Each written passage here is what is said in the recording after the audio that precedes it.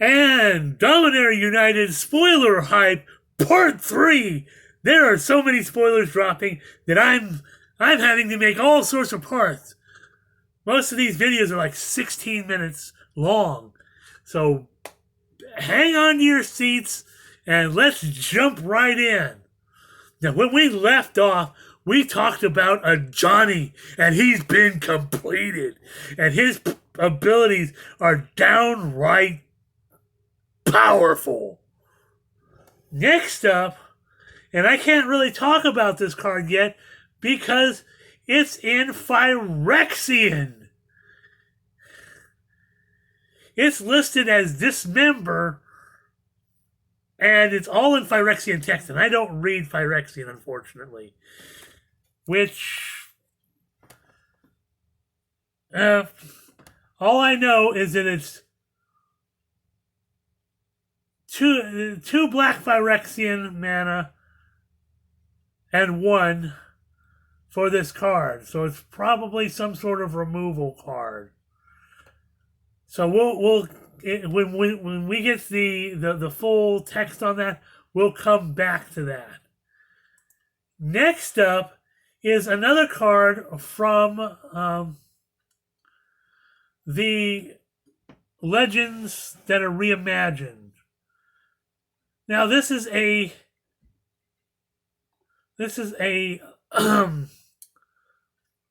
uncommon, but it's General Marholt Elsdragon. It's 1 red, 1 green, and 2 for a 4/4 elf. I can't, the text is, it's a legendary elf. I can't read all of it because the original text is in Spanish, and my Spanish isn't that good. But it says, whenever a creature you control becomes blocked, it gets +3/+3 until end of turn for each creature blocking it. Basically reimagining the rampage mechanic that and if this is true, we might get lure.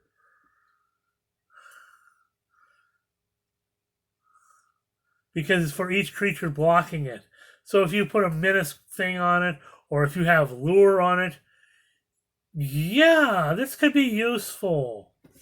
So let's move on to the next one.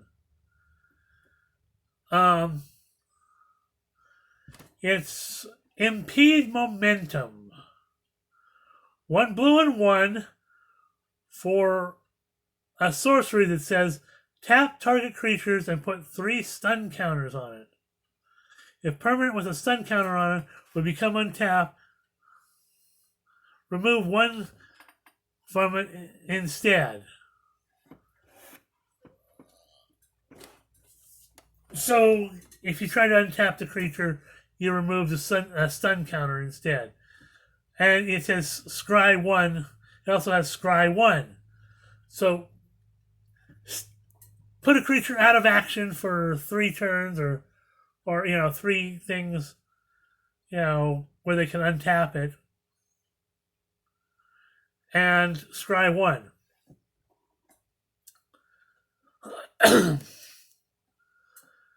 Okay, next up is Shalai's Acolyte. 1 white and 4 for a 3/4 angel with kicker, 1 green and 1 with flying. If Shalai's Acolyte was kicked, it enters the battlefield with 2 +1/+1 counters on it. Okay. That's cool. Next up is Rada's Firebrand. 1 red and 1 for a 3/1 human warrior. Whenever Rada's Firebrand attacks, target creature defending player controls with power less than Rada's Firebrand's power can't block this turn. Nice. And it's got domain for 1 red and 5. Rada's Firebrand gets +2/+2 until end of turn. This ability costs 1 colorless less to activate for each basic land type among lands you control. Activate only once each turn. So again, another card for multi-color decks. Next up is the World Spell. It's a beefy 2 green and 5 enchantment saga with read ahead. Chapters 1 and 2 look at the top 7 cards of your library. You may reveal a non-saga permanent card from among them and put it into your hand. Put the rest on the bottom of your library in a random order. And Chapter 3 is put up to 2 non-saga permanent cards from your hand onto the battlefield.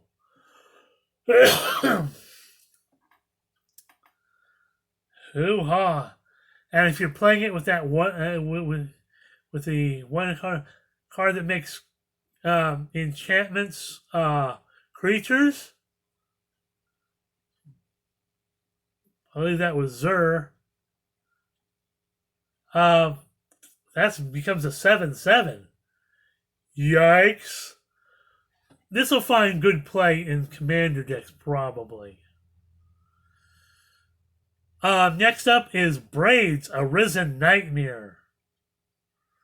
Now, we all know Braids is crazy. She's straight up nutso. But this is Nightmare Braids. And it's 2 black and 1 for a 3/3 legendary creature Nightmare. At the beginning of your end step, you may sacrifice an artifact, creature, enchantment, lands, or planeswalker. If you do, each opponent may sacrifice a permanent that shares a card type with it. For each opponent who doesn't, that player loses 2 life and you draw a card? That's where that is. I spoke about that in the Rosewater spoilers. Wow. Hoo-ha. Again, another commander type card. Okay.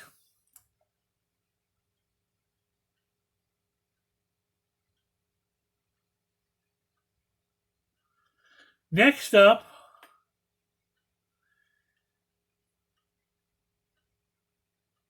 is Territorial Morrow. 1 green and 4 for a XX or star elemental creature. With domain, Territorial Morrow's power and toughness are each equal to twice the number of basic land types you control. Again, there's lots of care about multicolor cards. And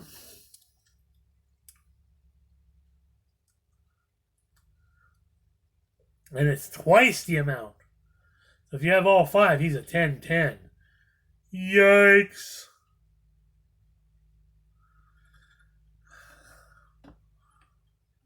And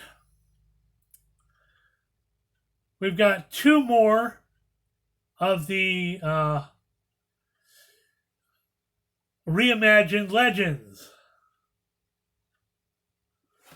First up, a card that's really people thought it was just really too expensive and they never played it, but now it's been reimagined, and this is Jedit Ojanen Mercenary.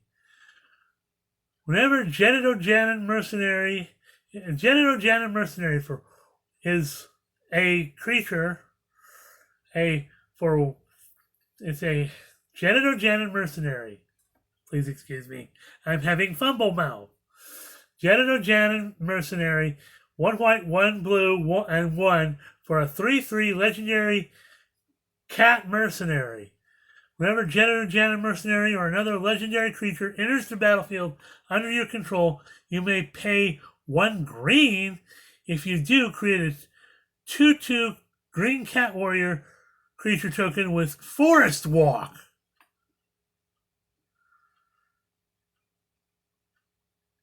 Yahoo!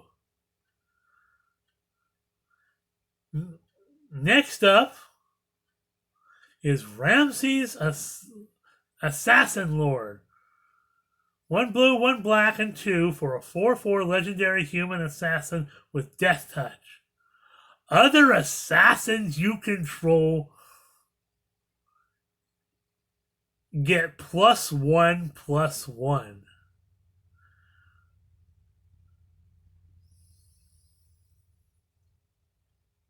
Whenever a player loses the game, if they were attacked this turn by an assassin you controlled, you win the game.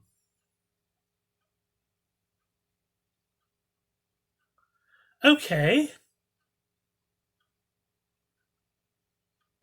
So again, this is, commander focused type cards. I've got to double check here. I want to make sure.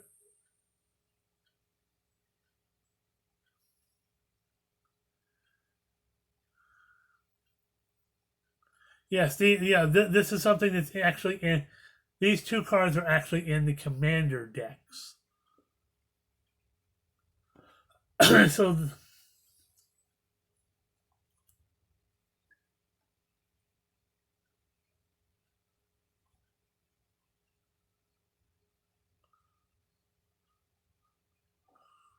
Oh no, they are. I don't know if they're going to be in the commander decks, but they will be. They're part of the commander set, as far as I can tell.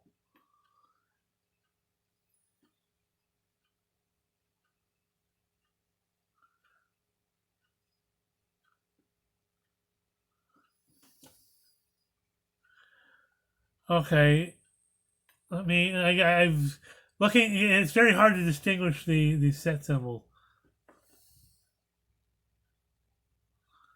So these look like they will be in the commander decks themselves, but I think they may also appear as the reimagined legends in the box toppers as well.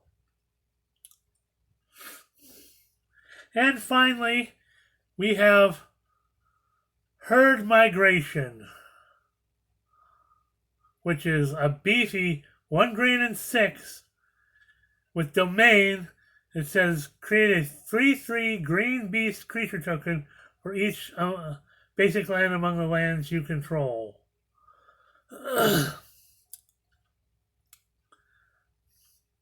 And for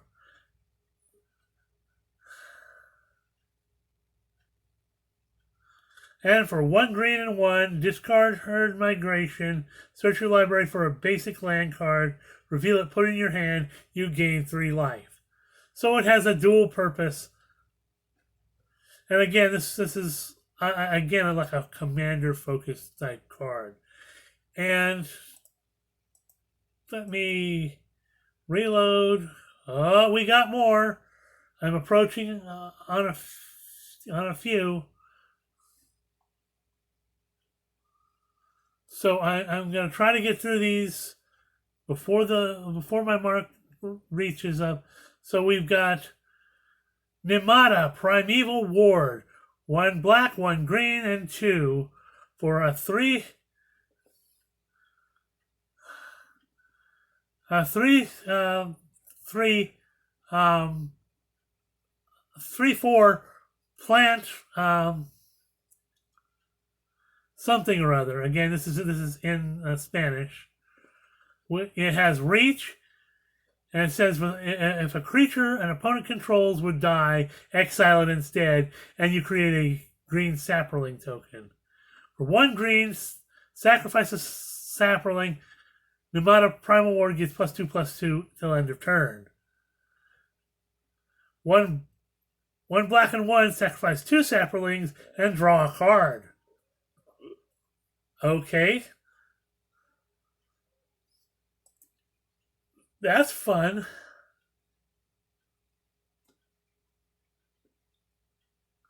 Next up is Hazion, Shaper of Sand. 1 red, 1 green, 1 white for a 3/3 legendary human warrior with Desert Walk. And you may play desert lands from your graveyard. Whenever a desert enters the battlefield under your control, create 2 red, green, and white sand warrior creature tokens. Interesting. Next up is Sphinx of Clear Skies. 2 blue and 3 for a 5/5 Sphinx with flying and ward 2. Hoo-ha! Good luck trying to get rid of this if it hits the board. And it has domain. Whenever Sphinx of Clear Skies deals combat damage to a player, reveal the top X cards of your library, where X is the number of basic land types among the lands you control. An opponent separate those cards into 2 piles, put 1 pile into your hand and the other into your graveyard. Another thing to play with Reanimator Star style decks. And finally, for right now, because this is getting on to be almost 17 minutes now, is Rogak Carekeep Overlord. 1 black and red and 3 for a 4/4 legendary Kobold Warrior. Other Kobolds get +2/+2. Whenever you cast a Kobold spell, you may pay 2 colorless, create a 4/4 red dragon creature with flying. Oh my! Oh my! Whenever you cast a dragon spell, create a 0/1 red kobold creature token named Kobolds of Carekeep. Wow! Kobolds and dragons and bustedness everywhere. So that's going to end hype video number 3. I will probably come back with more hype videos coming up in the near future. More Dominaria spoilers, more powerful cards. Don't miss out. I'm going to go upload stuff. Peace, love, automatic weapons.